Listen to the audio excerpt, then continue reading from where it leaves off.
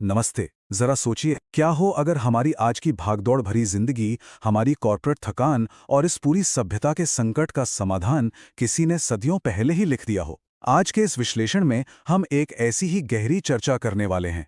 प्राचीन दर्शन और आधुनिक अर्थशास्त्र यानी एंशिएंट फिलॉसफी और मॉडर्न इकोनॉमिक्स के इस अद्भुत संगम को हम वेदांतोनॉमिक्स कह सकते हैं। और सच मानिए, ये हमारी सभ्यता के लिए एक बिल्कुल नए और जरूरी ब्लूप्रिंट की तरह है। वो क्या है जिसे जान लेने पर सब कुछ जान लिया जाता है? ये कोई मामूली सवाल नहीं है। प्राचीन काल में शौनक नामक एक जिज्ञासु साधक ने ऋषि अंगिरस से यही कालातीत प्रश्न पूछा था। ये लाइन हमें रुककर सोचने पर मजबूर करती है कि आज जिस अंतहीन जानकारी और डेटा के पीछे पूरी दुनिया भाग रही है, क्या वो वास्तव में सच्चा ज्ञान है? तो आइए सबसे पहले अपने पहले हिस्से पर चलते हैं, the modern crisis of meaning. आपको शायद जानकर हैरानी हो कि मुंडक उपनिषद कोई बहुत विशाल या मोटी किताब नहीं है। इसमें कुल मिलाकर सिर्फ 64, जी हाँ, सिर्फ 64 श्लोक हैं। इन्हें 3 मुंडकों और 6 खंडों में बांटा गया है।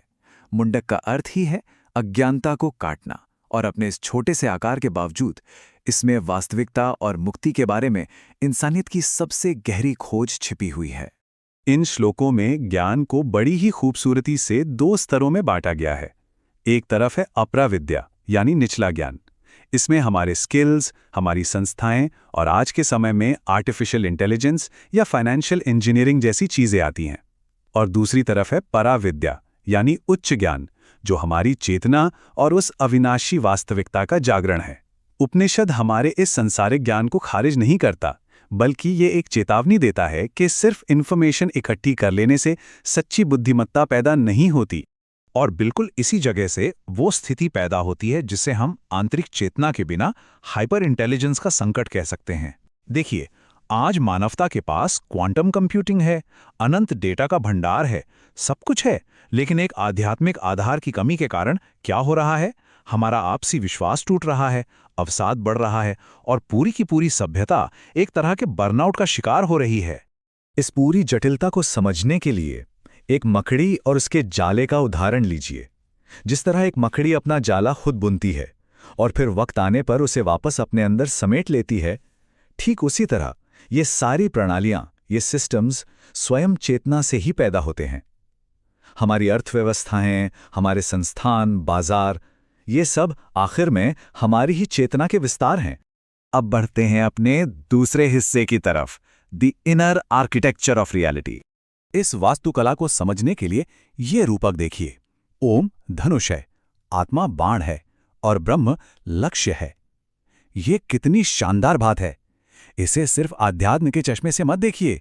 ये असल में हमारे मानव संरेखण यानी ह्यूमन अलाइनमेंट का एक बहुत ही जरूरी सिद्धांत है।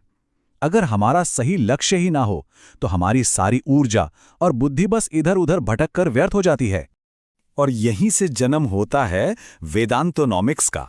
ये एक ऐसा ढांचा है जहां अर्थशास्त्र, चेतना, नैतिकता और हमारी सभ्यता सब एक हो जाते हैं। जब हमारे इरादे उस सार्वभौमिक सत्य के साथ अलाइन होते हैं, तभी समाज टिकाऊ बन पाते हैं। इसके बिना हमारी अर्थव्यवस्थाएं केवल लालची, शोषण करने वाली और अंदर से एंग्जाइटी से भरी हुई बन जाती हैं। चलिए अब इस दर्शन के तीसरे और बहुत ही दिलचस्प हिस्से पर आते हैं, 2 पक्षियों की कहानी। जिंदगी को समझने के लिए एक ही पेड़ पर बैठे 2 पक्षियों की कल्पना कीजिए। एक है खाने वाला पक्षी। ये बस फल खाने में लगा है, निरंतर उपभोग कर रहा है, कभी सुख तो कभी दुख का अनुभव कर रहा है। ये आज की हमारी कॉर्पोरेट चिंता और हसल कल्चर का एकदम सही प्रतीक है, हमेशा भागता हुआ। वहीं दूसरा है देखने वाला पक्षी यानी विटनेसिंग कॉन्शियसनेस। ये सिर्फ सब कुछ देख रहा है। ये शांत है, पवित्र है और इस पूरी भीड़ से बिल्कुल अछूता है। हमारी आधुनिक अर्थव्यवस्थाएं हमेशा पहले पक्षी को उत्तेजित करती हैं, लेकिन हमारी सच्ची शांति उस दूसरे साक्षी स्वरूप से जुड़ने में ही है। और जब हम उस शांति को पा लेते हैं तो नतीजा क्या होता है? बिल्कुल वैसे ही जैसे नदियां अपना नाम और रूप छोड़कर विशाल समुद्र में मिल जाती हैं, वैसे ही एक साक्षात्कृत आत्मा उस अनंत में विलीन हो जाती है। उपनिषद की यह सबसे बड़ी सीख हमें बताती है कि अनुशासन और सत्य के मार्ग पर चलकर पाया गया आत्मज्ञान ही अंततः हमें सच्ची मुक्ति दिलाता है। अब सवाल यह है कि इस प्राचीन ज्ञान को हम आज के वर्कप्लेस में कैसे अप्लाई करें। इसके लिए हमें सिर्फ दोहन करने वाले मैट्रिक्स से आगे बढ़कर एक सचेत पूर्ति या कॉन्शियस फुलफिलमेंट की ओर शिफ्ट होना पड़ेगा। एक ऐसी अर्थव्यवस्था बनानी होगी जो अंतहीन उपभोग पर नहीं बल्कि उसी साक्षी चेतना पर टिकी हो। आज के लीडर्स और प्रोफेशनल्स को इस बर्नआउट से बचने के लिए सिर्फ जीडीपी या मुनाफे पर नहीं बल्कि धर्म, संयम और सच्चाई पर ध्यान देना होगा, क्योंकि हमारे कार्यस्थल का भविष्य अब इस बात पर निर्भर करता है कि हम सिर्फ प्रोडक्शन नहीं बल्कि अपने पर्पस को कैसे ऑप्टिमाइज करते हैं। अब आते हैं अपने आखिरी हिस्से पर। सत्य की ही जीत होती है। सत्यमेव जयते, भारत का ये महान राष्ट्रीय आदर्श वाक्य किसी आधुनिक राजनीति से नहीं बल्कि सीधे मुंडक उपनिषद से ही लिया गया है। ये इस बात का एक बहुत ही शक्तिशाली अनुस्मारक है कि आखिर में क्या चीज़ सच में टिकती है।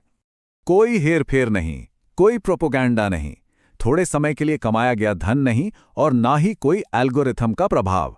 आखिर में केवल सत्य ही बचता है। आज के इस दौर में जहां फेक न्यूज़ और मनोवैज्ञानिक रूप से ध्यान भटकाने वाली चीजें हर जगह हैं, ये उपनिषद हमें चेतावनी देता है कि किसी भी सभ्यता या उद्यम को जीवित रहने के लिए सत्य को ही अपनी एकमात्र नींव बनाना होगा। तो अंत में एक बहुत ही गहरा सवाल विचार करने के लिए छोड़ना चाहूंगा।